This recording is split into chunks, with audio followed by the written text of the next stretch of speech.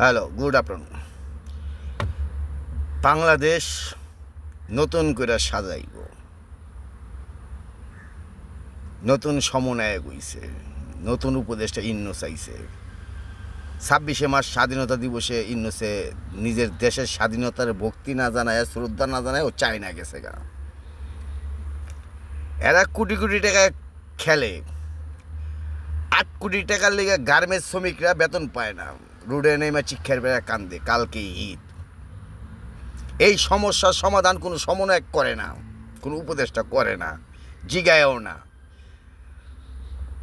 এই যে বন্যার নামে যে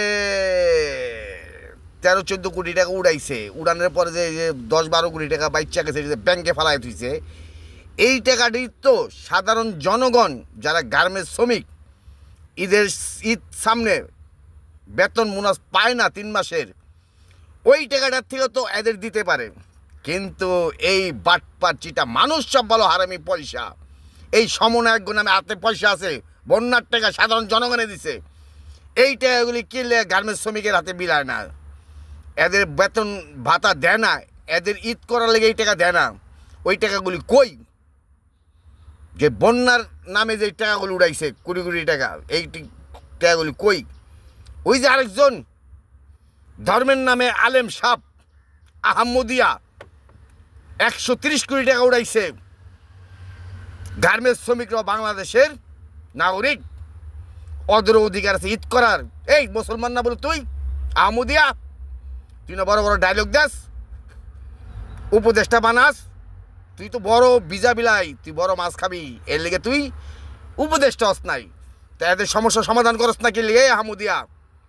তুই না বলে মানবতা পালন করস, ধর্ম পালন করস, তোর না ঈদ? তা এখন চুপ কে তোরা? সাধারণ শ্রমিক গার্মেন্টসে মাসের পর মাস কাজ করছে, দিন রাত ধরে ওভার টাইম করছে, তারা ঈদ করবো না? অনেকে দেখি মিডিয়ায় লাইভ করে 3 লাখ টাকার শপিং করছি, 4 লাখ টাকার শপিং করছি, হেলিকপ্টারে কম্বল বিলাইতে যাস। আর বাংলাদেশের শ্রমিকরা যারা কর্ম করে দেশ আগে বাড়ায়, গার্মেন্টস প্রোডাকশন এক্সপোর্ট করে, এরা শ্রম দেয়, তাদের ঈদ করতে পারবো না। তাদের ন্যায্য পাওনা সরকারও কয় না। এই অন্তর্বর্তী সরকার ডক্টর ইউনূস, তোরা লাল কার্পেট বিছিয়ে খাল খনন করতে যাস, এই টাকা তো হয়। আর যারা শ্রম দিছে দেশের লিগা, শিশু বাচ্চা আরেকজনের কাছে দিয়া দিন রাত গার্মেন্টসে কাজ করে, আর এখন তারা রুডে বৃষ্টিতে রইদে রাত দিন বইয়া পাওনা আদায়ের লেগে হাহাকার করতেছে। এই দেশের অন্তর্বর্তী সরকারও দেখে না, আর ওই যে সমন্বয়ক নামের গবাদি পশুরা নিজের চাঁদা উড়ায় আর নিজের নতুন পার্টি গঠন করছে। যা অবশ্যই খারাইব না। মহিলা মানুষ শিক্ষার বেড়ে কান্তাছে, শিশু বাচ্চা আরেকজনের কাছে রেখা দিন রাত গার্মেন্টসে শ্রম দিচ্ছে দেশ উন্নয়ন করার লিগা। এই তাকে প্রতিদান দিলি ঈদের সামনে। আমরা প্রবাস থেকে রিমিটেন্স পাঠাই, আর তোরা পলিটিক্স নামে চাঁদাবাজি করস, নতুন নতুন পার্টি গঠন করস বাংলাদেশে।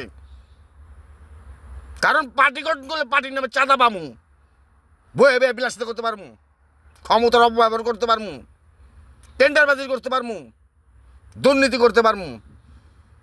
আর যারা মাথার গাম পায়ে ফেলায়, যারা উন্নয়নের লেগে, দেশের উন্নয়নের লেগে দিন রাত 24 ঘন্টা শ্রম দেয়, তাদের পাওনা তারা পায় না। আর তোরা চাঁদা ঠিকই পাস।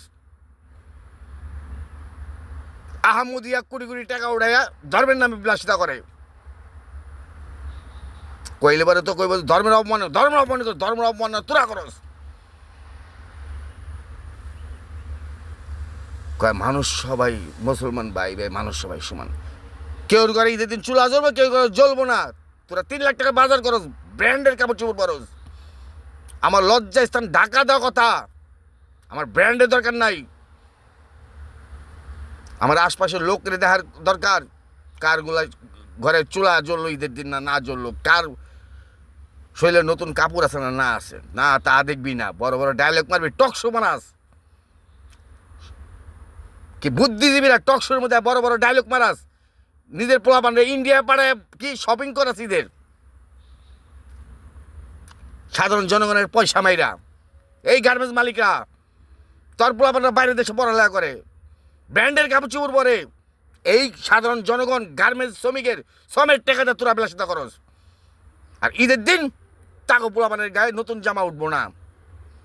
তারপর তোরা কস কি আমরা দেশপ্রেমিক, আমি ডায়লগ দিতে আহি নাই, আমি তো কইতাইছি ব্র্যান্ড ছাড়া কাপড় চোপড় বলো লজ্জা স্থান ঢাকা যায় না। দাম দিয়া ঘড়ি পরমু, দাম দিয়া জুতা পরমু, দাম দিয়া চশমা পরমু, দামি ব্লেজার পরমু, এই হচ্ছে তো নীতি। আর যারা তো পয়সালা বানায় তাদের পোলাপান ন্যাংটা ঘুরে রুটে। ওকে ভাই।